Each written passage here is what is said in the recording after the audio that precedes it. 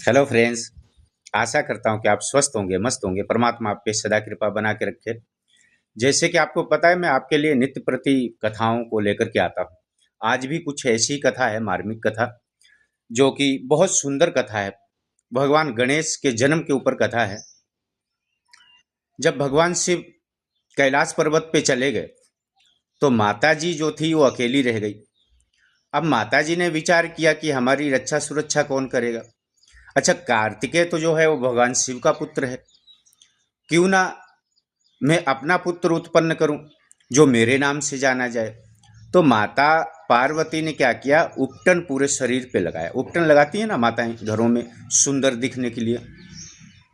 तो जब माता पार्वती ने उपटन लगा करके और उसको रगड़ा तो साथ में उपटन और जो मैल था उससे एक मूर्ति बनाई माता जी ने। मूर्ति बना के उसमें प्राण प्रतिष्ठा कर दी, प्राण डाल दिए। जब प्राण डाल दिए तो गणेश भगवान जो थे वो जीवित हो गए। उनका शरीर जो है एकदम पुष्ट हो गया।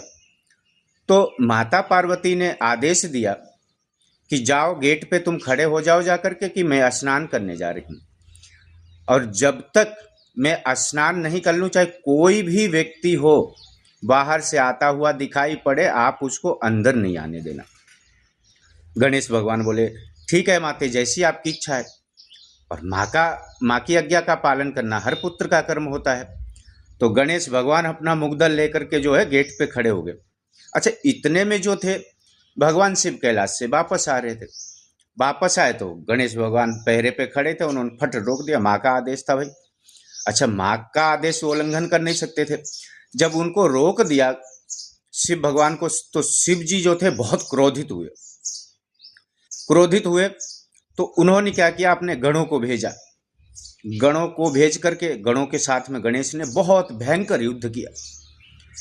फिर ब्रह्मा विष्णु महेश सभी देवी देवता जो एक एक करके आए, गणेश भगवान से युद्ध करने लगे। अच्छा, युद्ध करते करते सबको गणेश ने परास्त कर दिया। जब सबको परास्त कर दिया, ये खबर नंदी ने जाकर के फिर सुनाई उनको, महादेव को, शिव जी को। जब ये खबर सुनाई, बोले जितने देवी देवता यहाँ तक कि जो ब्रह्मा जी भी परास्त हो गए, विष्णु भगवान भी परास्त हो गए, अब क्या किया जाए। उनका कहना था कि मेरी पत्नी है, मैं जब चाहूं तो जा सकता हूं, जिस हालत में भी हो मैं अपनी पत्नी के पास जा सकता। अच्छा, पति का पूर्ण अधिकार होता है, वो चाहे कैसी भी हो, किसी भी स्थिति में हो, पति उसके पास जा सकता है, उसको कोई रोक ठोक तो होती नहीं। परंतु पुत्र का भी एक कर्म होता है। उनका जो धर्म था माँ की आज्ञा मानना। जब सब परास्त हो गए तो भगवान शिव स्वयं आए बड़े क्रोधित होकर के, और उन्होंने क्या किया, एक त्रिशूल जो हाथ में था वो त्रिशूल फेंक करके मारा। तो गणेश भगवान की जो मुंडी थी वो कट करके पता नहीं कहाँ बहुत दूर जाकर के गिरी, जो आज तक उसका कोई विवरण नहीं ऐसा बता रहे कहीं भी, किसी भी शास्त्र में। जब माता पार्वती को पता चला कि हमारे पुत्र की हत्या हो गई, तो माता पार्वती एकदम बिलख गई, एकदम रोने लगी, विलाप करने लगी। तो सभी देवी देवताओं को जब पता चला कि माँ का पुत्र था, तो सबने संतुलना बढ़ाई, धैर्य बंधाया कि भाई टेंशन मत लीजिए, कुछ ना कुछ करते। परंतु माँ का हृदय तो माँ का है, वो कैसे मान सकता है। उन्होंने कहा कि अगर हमारे पुत्र को जीवित नहीं किया गया तो मैं पूरे संसार में हाहाकार मचा दूंगा। एक रूप उनका काली का भी है।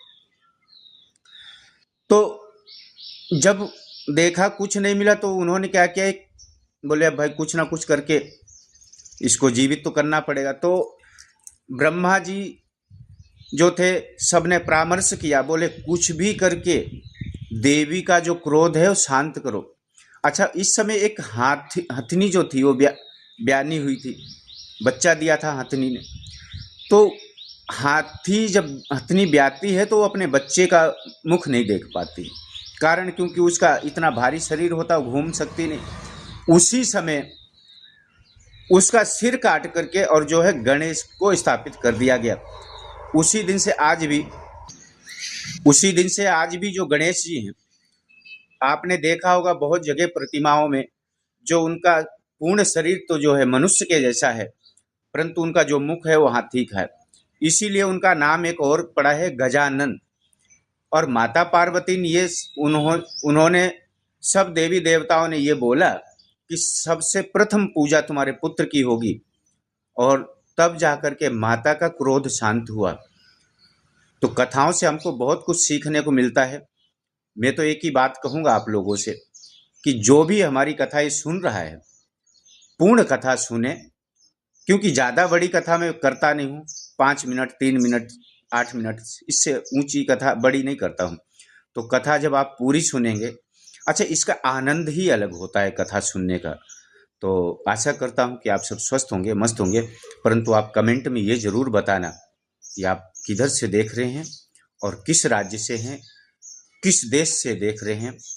ओम नमो नारायण। जय गुरु महाराज।